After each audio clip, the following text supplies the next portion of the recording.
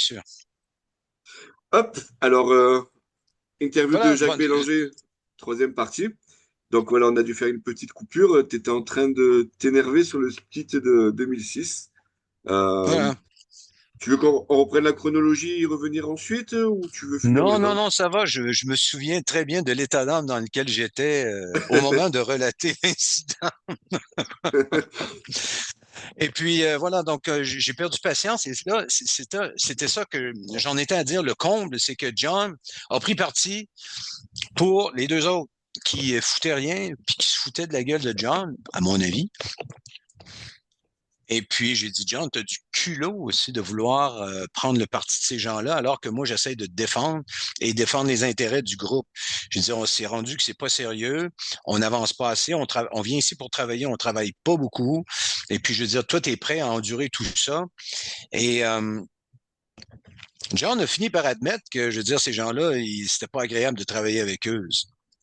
Mais sauf que sur le coup, et je sais très bien qu'au fil des disputes que j'ai eues avec John, malgré tout le respect que je lui dois, je veux dire, John a tendance à être un bonhomme qui réagit de façon viscérale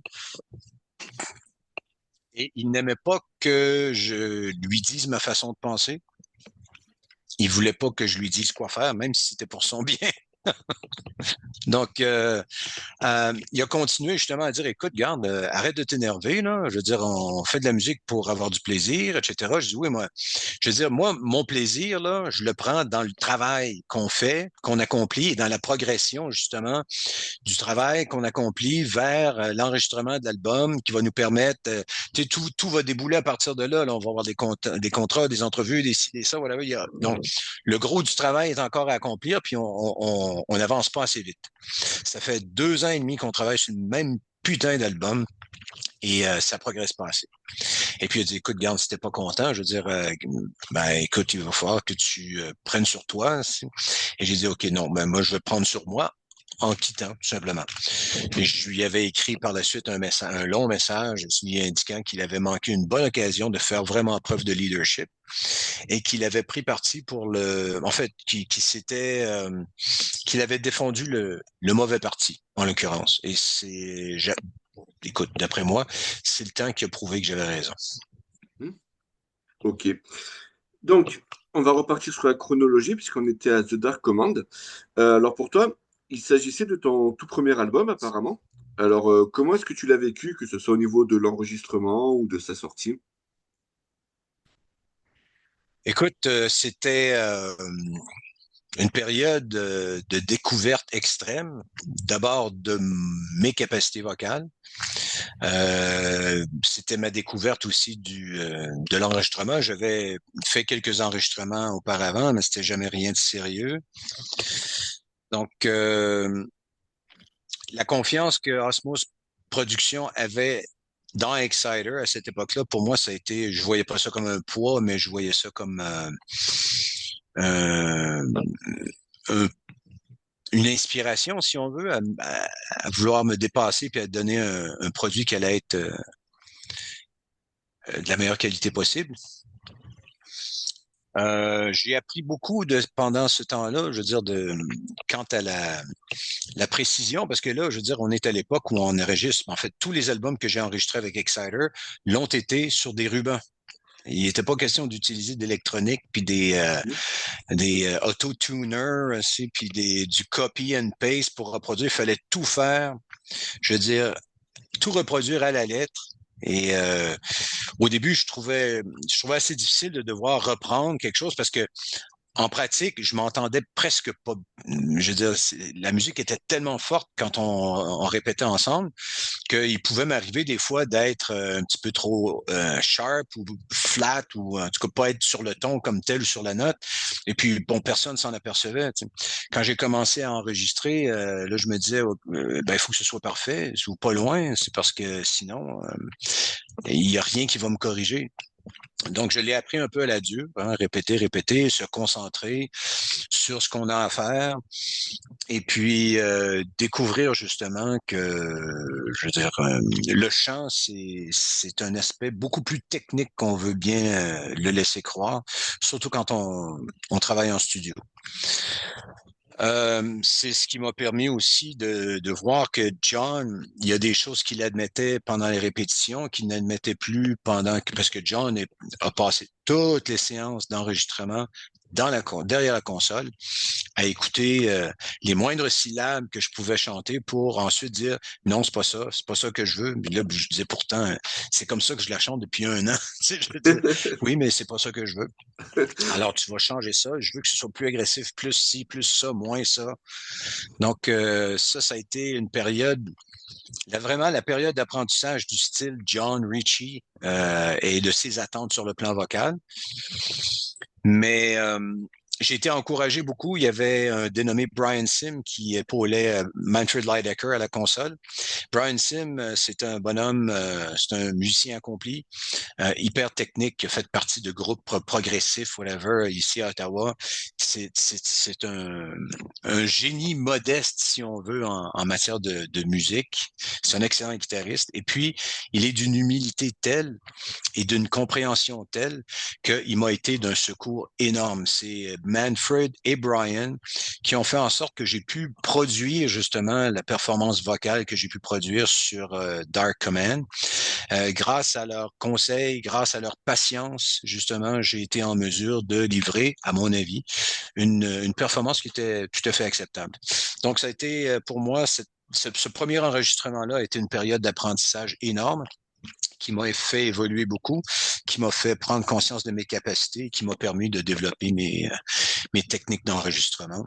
Et ça m'a servi aussi par la suite en spectacle. D'accord.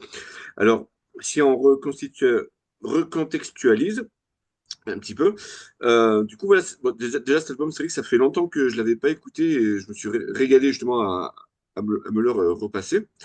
Euh, voilà, donc c'est vraiment un gros bloc de pur heavy metal que vous avez sorti entre les vagues grunge et néo. Est-ce que c'était pas un pari un petit peu risqué à cette époque? Ben, en fait, je pense que de la façon dont je parle de John depuis un bout de temps, vous voyez que c'est quelqu'un qui est une personne qui n'est pas vraiment prête à faire des compromis. Oui, j'avais déjà la réponse dans la tête, Euh, en fait. donc, John s'est décidé, il dit, écoute, non, ça va être un style John Ritchie, que ça vende ou que ça vende pas, j'en ai rien à cirer. Je veux dire, on va faire de la musique comme on l'entend et puis on va la publier comme ça. Si ça prend puis que les gens aiment ça, tant mieux.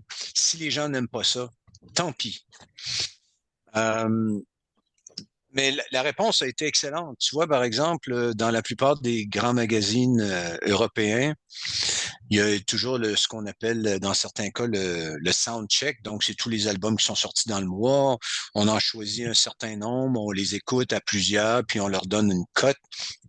Et puis, Dark Command est arrivé en tête de ces évaluations-là dans plusieurs des Rock Hard Magazine, Heavy Odorvas, bon, plusieurs autres là, dont j'oublie le nom.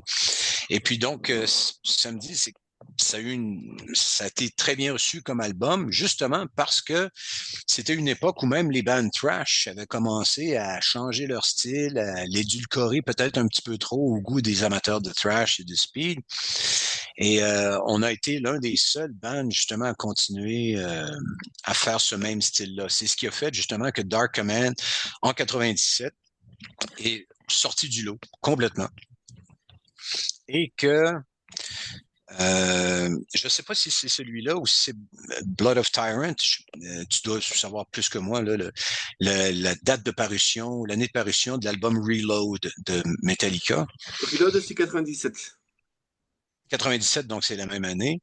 Oui. Je me souviens justement, 97, Dark Command avait été placé, nous, ça nous a fait bien rigoler, mais ça nous a flatté un peu aussi, de voir qu'on avait aimé l'album d'Exciter, Dark Command, plus que l'album, c'est arrivé dans le palmarès, là, pas le palmarès des ventes, mais le palmarès d'appréciation des chroniqueurs du journal ou du magazine, qui est arrivé en tête justement devant un album de Metallica. Nous, on se disait, ah, super cool. Donc, on a trouvé ça pas mal intéressant. Ça nous a fait plaisir, évidemment. Même si on se disait que Reload, c'est pas forcément un très bon album, à mon avis. C'est Ouais, pas ouais, l'un ouais. des meilleurs de Metallica, de toute façon. Ça en est très loin, ouais. Donc, on va dire, Ok. ouais, quand on se compare à de la merde, c'est sûr que ça paraît bien, mais si on s'était comparé à un classique de Metallica, probablement qu'on aurait aimé mieux l'album de Metallica. Donc, ça veut pas dire que Dark Command est un mauvais album, bien au contraire. Je pense que ça veut tout simplement dire qu'il est sorti au bon moment pour attirer l'attention de tout le monde. Malheureusement, ça s'est pas traduit par des ventes faramineuses. Si je me souviens bien, il faudrait demander aux gens d'Osmose, mais on a peut-être vendu une quinzaine de milliers de copies de cet album-là. Mais de toute façon, sauf erreur de ma part, il me semble même que les membres de Metallica, c'est déjà arrivé qu'en interview, ils citent Exciter comme un groupe qu'ils appréciaient, quoi. Dans des interviews des années 80, 90. Oui, Euh, bien sûr, mais c'est parce que c'était à l'époque où Exciter avait fait des tournées justement avec Motorhead, avec Megadeth, avec Metallica, avec whatever. Donc, ils se connaissaient bien, ils s'étaient côtoyés sur la route pendant un certain temps, donc ils avaient appris à se connaître.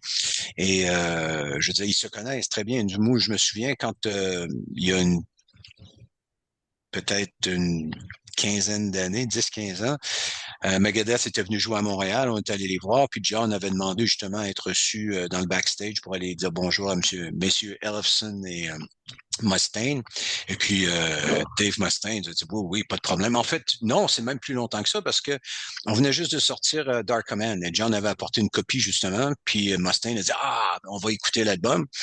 Et puis Mustaine a aimé justement, il trouvait ça bon. Et puis voilà. Donc pour lui, John, je veux dire, c'était l'un de ses pères, si on veut, même si un peu comme Anvil à l'époque, je veux dire, il avait influencé d'autres bandes, mais il n'avait pas eu la même renommée, si on veut, puis le même niveau de popularité. hmm, d'accord. Du coup, voilà, bon, on le disait en début d'interview, donc c'est John Ritchie qui avait écrit les textes, mais de ton côté, alors quand tu les chantais, est-ce que tu arrivais à t'identifier un petit peu à ce qu'il écrivait ou est-ce que tu te contentais du plan technique pour arriver à et de la performance vocale, on va dire. Hum. Ah, c'est une autre question intéressante. Euh, pour être franc et honnête avec toi, le discours tenu, la forme du discours ou la teneur du discours, les paroles elles-mêmes, ça m'a jamais rien dit. Donc, je me suis jamais identifié à ça. La seule chose à laquelle je me suis identifié, c'était le niveau d'intensité, si on veut, du discours. Et ça, je pouvais facilement aller puiser là-dedans pour le faire correspondre à un niveau de frustration, de rage qu'on vit tous, hein, quand on est. La vie est tellement pleine de contradictions, mais d'obstacles, d'événements frustrants, des fois enrageants. Et puis qu'on internalise ça tout le temps, et puis à un moment donné, il faut que ça sorte. Et puis je me suis servi justement de cette intensité-là pour l'incarner dans ma voix, l'incarner dans ma façon de donner des prestations en spectacle et même en studio. Donc, ce ne sont pas les paroles comme telles, mais ce qu'elles évoquaient, le sentiment de colère, de rage à laquelle j'ai pu me brancher, si on veut, pour m'inspirer dans mon personnage sur scène et puis dans mon personnage aussi, parce que veux pas, on joue la comédie quand on enregistre, parce qu'on sait très bien que ce qu'on va chanter, ce qu'on va projeter va paraître dans la voix. Si on veut être en colère, qu'on fait juste chanter comme un chanteur d'opéra, c'est difficile de transmettre la rage quand on fait juste de l'opéra. Alors que quand on fait du heavy metal, on peut se permettre justement d'imprégner sa voix de rage, de colère, et elle sera bien perçue justement par l'auditeur. Donc voilà, les paroles comme telles, souvent je faisais une analogie, je me disais, bon, John, c'est une caricature, évidemment. John a une liste de 50 mots aussi qu'il inscrit sur des petits papiers, puis qu'il met ça dans une boîte de chaussures, aussi, y compris les adjectifs, les adverbes, etc. Il mêle ça, puis là, il en prend quelques-uns, puis il se fait une chanson avec, puis il les remet dedans. Donc, c'est caricatural, mais c'est pour te montrer à quel point, pour moi, ces paroles-là, ça me dit pas grand-chose. D'accord. Alors, Euh, donc, celle-là, pour Rage, je l'ai posée. Voilà, donc on en a un petit peu parlé, mais ta voix, elle me rappelle souvent celle de Rob Halford. Euh, du coup, à cette époque, est-ce que tu fais partie de ceux qui avaient contacté Judas Priest dans les années 90 pour le remplacer? Non, Pas du tout. pas Mais du je tout. sais que quand on est allé faire notre tournée en 97 avec Anvil et Flotsam et Jetsam, c'est une question qui m'a été posée à plusieurs reprises parce que justement, il y avait des rumeurs qui circulaient à l'effet que, surtout après l'apparition de Dark Command, j'imagine qu'il y en a plusieurs qui se sont dit que ce serait logique justement que Bélanger offre sa candidature justement pour faire partie de Judas Priest. Mais non, ce n'est qu'une rumeur, en fait. Euh, c'est pas que ça m'aurait pas intéressé, bien au contraire, mais à l'époque, écoute, j'avais mon job, j'avais mes soucis quotidiens. J'étais loin de m'imaginer que je pourrais. De toute façon, j'avais rien à proposer comme piste ou comme enregistrement. Et puis, une fois que j'ai enregistré Dark Command, euh, ben là, je faisais partie d'Exciter, donc il n'était pas question que je fasse partie d'un autre groupe. Moi, je croyais beaucoup en Exciter. Et puis, voilà. Donc, oui, c'est une rumeur qui a circulé, mais qui n'est pas fondée, malheureusement. D'accord. Et au passage, qu'est-ce que tu penses de la période Team Reaper Owens, les deux albums qu'il a fait avec Judas Priest? Écoute, moi, quand Jugulator est sorti, j'ai beaucoup aimé ça. J'ai trouvé que le style de Judas Priest avait beaucoup changé, qui ressemblait même étrangement, je ne sais pas si c'était une forme de réponse à ce que Rob Halford avait produit avec Fight, son premier album. War of Words. Le premier album de Fight, War of c'était... Words. Hein? War of Words. War of Words, Oui, OK. voilà. Et puis ensuite, l'autre album que je connaissais bien aussi, j'avais acheté les deux, puis j'avais écouté ça assez souvent. J'aimais beaucoup ces deux albums-là. Et je me demande dans quelle mesure est-ce que les musiciens de Judas Priest, les guitaristes en l'occurrence, ont pas essayé de faire une espèce de réponse justement à ce nouveau... parce que je trouvais que ça avait un caractère industriel un peu, que je détestais pas d'ailleurs. Maintenant, qu'en est-il de Ripper Owens? Ripper Owens, c'est indéniable, c'est un excellent chanteur. On peut pas le nier, je veux dire, c'est pas pour rien qu'il a été choisi. Est-ce qu'il avait, selon moi, puis je vous dis ça sous toute réserve, puis ça n'engage que moi, je veux dire, c'est sans préjudice, encore une fois, est-ce qu'il avait la personnalité pour prendre la place de Rob Halford dans Judas Priest? Moi, j'estime que non. Hmm. Il n'y avait pas la personnalité, il n'y avait pas la force de caractère, il n'y avait pas l'extravagance, mais une extravagance contrôlée en même temps. Moi, pour moi, Halford, c'est the Irremplaçable. ultimate metal vocalist. Je regrette, mais c'est le parrain de tous les autres qui sont venus par la suite, qui ont voulu faire comme lui ou à l'envers de lui ou peu importe. Et puis sur le plan de la personnalité, moi, je regrette live, il était l'homme de la situation. Donc Owens, c'était une copie, si on veut. C'est un bonhomme qui faisait partie justement d'un groupe hommage à Judas Priest. Donc, c'était un gars qui, depuis des années, imitait euh, Rob Halford, mais un imitateur, je sais pas, c'est jamais aussi bon que l'original.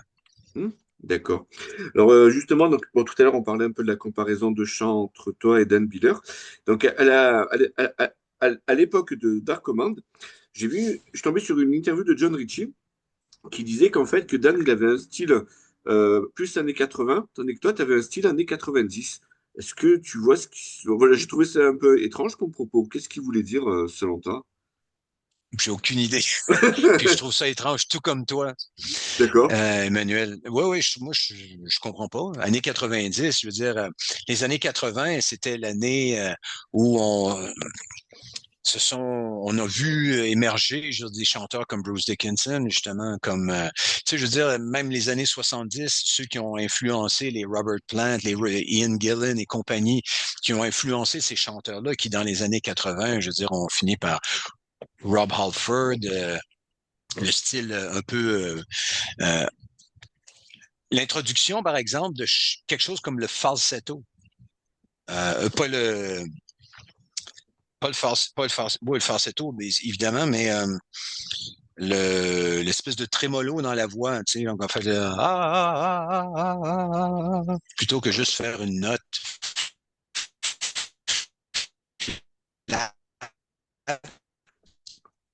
Comme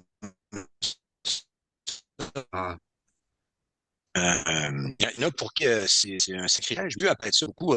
Bruce Dickinson utilise ça beaucoup quand il fait une note qui va.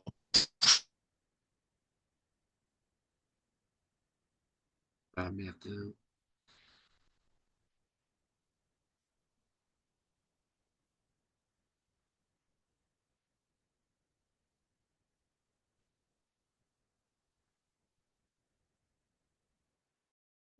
Ouais, Je pense qu'après le cinq connecteur minutes, est il y a pas fort. toujours le même. C'est Voilà, ça... toujours à peu près le même laps de temps au début d'une séance. Oui, oui, oui, Donc, c'est... je te disais, en 90, moi, je sais même pas avec qui il aurait pu faire des comparaisons. Euh, T'en connais, toi, des chanteurs des années 90 qui auraient pu avoir un style qui ressemble au mien ou le mien qui ressemble au leur? Moi, Alors, je vois absolument pas. peut-être les groupes de power, genre Angra ou Stratovarius? Peut-être, mais John ne connaît pas ce band-là. Ouais, ouais, ouais, je réfléchis. Après, donc, on pourrait dire Michael Kiske d'Halloween, mais c'était déjà les années 80 aussi. Oui, bien sûr. Donc, ouais, voilà, c'est vrai que c'est pour ça que j'ai trouvé la comparaison un petit peu étrange. Ouais. Non, non, mais je suis comme toi. Exactement. D'accord. Peut-être que ça avait été mal traduit aussi, hein, mais bon. Ah, j'ai perdu mes questions.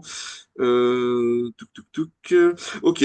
Donc, pour la tournée, donc Darkoman, tu l'as mentionné, vous avez tourné avec Anvil et Flotsam et Jetsam.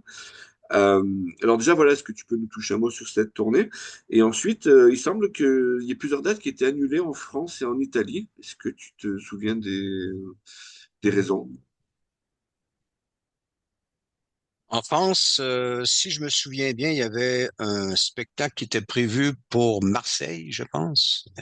Il y avait un club là-dedans qui s'appelait La Locomotive ou quelque chose dans le genre. La locomotive, c'est à Paris. Ah, c'est à Paris? OK, donc c'était un autre club. Il y avait un des spectacles qui a été annulé, qui devait avoir lieu à Marseille.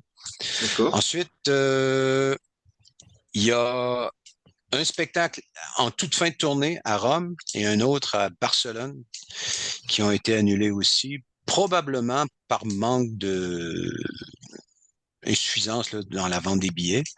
Ok. D'ailleurs, c'était une tournée qui, au départ, devait ne compter que Anvil et Flotsam et Jetsam. Et comme nous venions de sortir Dark Command et que ça semblait être bien reçu, comme la vente, les billets se vendaient pas très bien pour cette tournée-là, donc on a décidé d'ajouter Exciter pour un peu mousser la vente de billets, ce qui fait que la tournée a pu avoir lieu quand même. Donc, il faut croire que ça a aidé un peu. Mais ça n'a pas été suffisant pour que les billets se vendent assez dans toutes les villes. Donc, voilà. Nous, je veux dire, on avait même, on nous avait dit, écoute, si vous faites cette tournée-là, vous n'aurez pas de cachet, mais en revanche, vous n'aurez aucune dépense sur le plan là, du tour bus, etc. Et vous pourrez vendre votre camelote, CD, T-shirt, whatever, sans problème. Osmose a été super chic. Il nous a envoyé des T-shirts et des CD, justement, à certains endroits pour qu'on puisse les vendre. Puis ils nous ont dit, écoute, vous gardez les recettes de ces ventes-là sans problème. Donc, nous, on était super contents. Et c'était à l'époque aussi, avant l'arrivée de l'euro-dollar. Donc, on vendait nos trucs en guilders, en Deutschmark, en lira, en Ah oui, whatever. eh oui, oui, oui.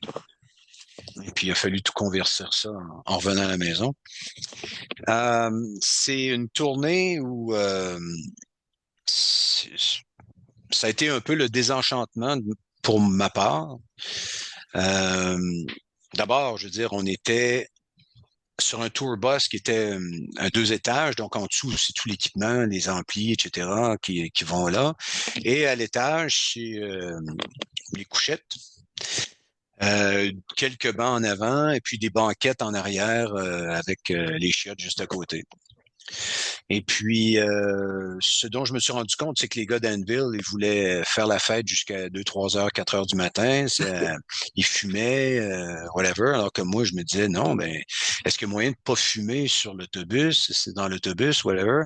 Ils disaient, écoute, that's our fucking tour. We're gonna do whatever we goddamn please. Fait que là, j'ai dit, OK. Donc, moi, j'ai rien à dire là-dedans. Alors, on nous servait, je veux dire, il y avait des distances des fois qui pouvaient aller 500, 800 kilomètres, je veux dire, entre les villes, puis on jouait tous les soirs, donc dans une ville différente. Donc, le matin, on se levait dès qu'on arrivait au nouveau club. Et puis là, ben, la plupart du temps, ces clubs-là étaient excentrés dans très souvent des complexes industriels désaffectés, whatever. Donc, il n'y avait pas grand-chose à faire aux alentours. Il y avait des interviews à faire, les soundchecks, etc. Puis on nous servait toujours le midi le même buffet de salami, de salaison avec du fromage, de la bière. Moi qui bois pas, fait que c'est pas terrible non plus. J'en ai eu ras-le-bol, moi, du salami, du fromage puis du pain, c'est au bout d'une semaine, 10 jours. Et puis, c'était dans des conditions que, bon, moi, j'ai été assez transparent, justement, quant aux conditions dans lesquelles on voyageait. Je me disais, merde, on est traité un peu comme du bétail. Et je me suis rendu compte, justement, que les musiciens qui travaillaient avec nous dans les autres bands, whatever, ils se contentaient facilement de ça parce que les autres, ils voulaient se retrouver devant un public, peu importe que le public soit sincère, pas sincère, whatever, ils demandaient pas mieux, le reste, ils s'en foutaient comme de l'an 40. Alors que moi, je me disais, ben écoute, on est des êtres humains, on devrait être traités avec un minimum de décence. Il y a certains endroits où nous traitait beaucoup mieux que d'autres. Mais tu sais, je veux dire, quand tu arrives, par exemple, le premier matin, là, tu te lèves assez tard parce que tout le monde s'est dépêché justement de descendre de l'autobus pour aller manger, whatever. Moi, je me dis, bon, ben, je vais laisser le troupeau partir, aussi, puis je vais y aller par la suite pour me rendre compte que très souvent, il restait presque plus rien à manger. Et quand je décidais, bon, ben, écoute, je vais me consoler en allant prendre ma douche, je me rendais compte qu'il y avait une ou deux douches pour un total de 18 personnes. En fait, on était pas 18, on était 21 avec le staff, le personnel, les roadies. Il n'y avait que 18 couchettes dans le boss. Donc, il y avait toujours deux, trois gars qui dormaient sur les banquettes ici et là. Et quand il y avait 21, donc 20 personnes qui vont prendre leur douche avant toi, là, puis qui se soucient pas de celui qui va venir prendre sa douche après, t'arrives, là, c'est la catastrophe totale. Là, t'arrives, c'est dégueulasse. Là, tu dis, écoute, moi, je viens ici pour me laver. OK? Je viens ici pour me faire du bien, me régénérer, être prêt pour ce soir, etc. Puis là, tu te rends compte que c'est dégoûtant partout.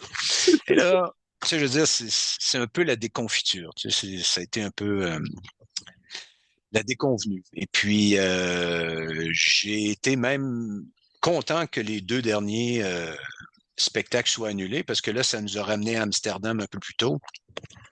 Osmose nous avait loué des chambres justement sur Damrak, tout près du Red Light District, en attendant notre vol de retour qui devait partir d'Amsterdam.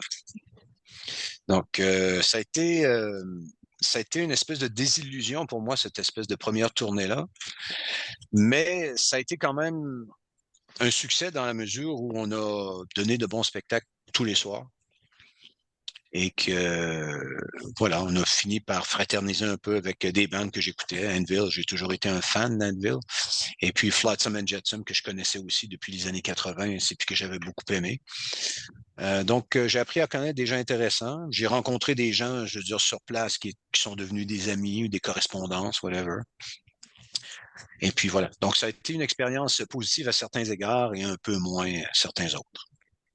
Oui, en fait, ça rejoint. Alors, je sais plus qui c'est qui disait ça en interview, que en fait, en tournée, il appréciait 1 heure et demie, 2 heures de la journée, c'est le moment du concert, mais que tout le reste, c'était une horreur, quoi.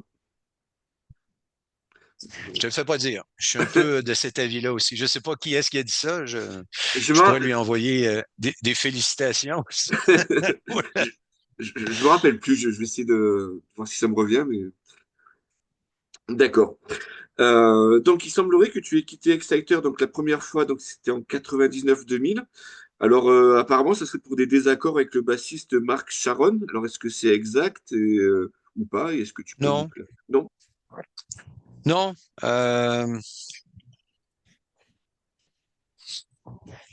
À cette époque-là, c'était un peu les mêmes motifs que ceux que j'ai pu invoquer pour la dernière fois quand j'ai Hmm. parlé justement de quand j'ai pété les plombs et tout. Je trouvais qu'on prenait pas ça au sérieux. Puis je me disais, écoute, on a un album enregistré, c'est à peu près les mêmes motifs.